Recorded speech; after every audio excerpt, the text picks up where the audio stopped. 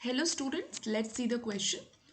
The process of cultivating and bringing about certain changes in the wild forms so that they yield better under artificial growing conditions is called domestication, breeding, conservation या फिर selection.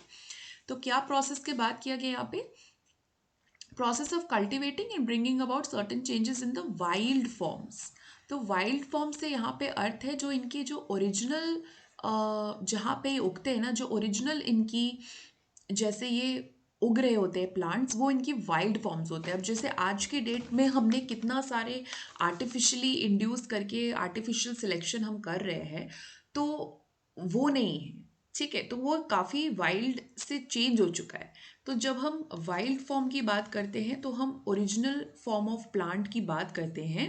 ठीक है, और जब हम इसमें changes ला देते हैं तो वो आर्टिफिशियल सिलेक्शन हो जाता है, या चेंजेस हम म्यूटेशन से भी ला सकते हैं, कई तरीकों से ला सकते हैं।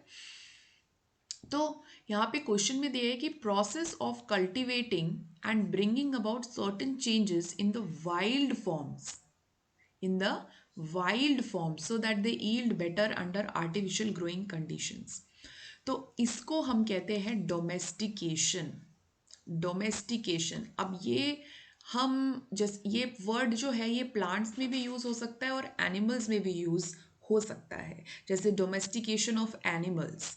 तो उस केस में हम देखें तो हम जो कैटल है फॉर एग्जांपल, जैसे काउज एंड बफेलोज हैं, मैं आपको एक एनिमल का एग्जांपल बताती हूँ।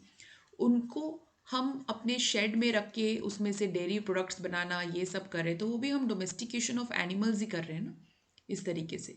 इसी तरीके से प्लांट्स भी, जो वाइल्ड प्लांट्स हैं, उनको हम आर्टिफिशियल कंडीशन में रख के, आर्टिफिशियल ग्रोथ कंडीशन दे के, आर्टिफिशियल से यहाँ पे अर्थ है कि हम उनको मैन मेड अपने हिसाब से कंडीशन दे रहे हैं, वो उनकी ओरिजिनल कंडीशन तो है नहीं, वो जंगल में तो उग नहीं रहे।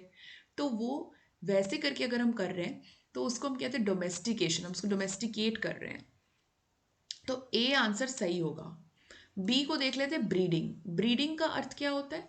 जब हम प्लांट्स को जैसे ब्रीड करा रहे हैं, कहने का मतलब है जैसे मान लीजिए क्रॉस पॉलिनेशन करवा रहे हैं, कोई पर्टिकुलर प्लांट सेलेक्ट करके हम उसको क्रॉस पॉलिनेशन करा रहे हैं, तो वो ब्रीडिंग हो सकती है।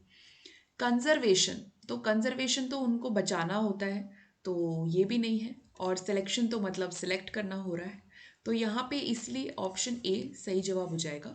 So best of luck.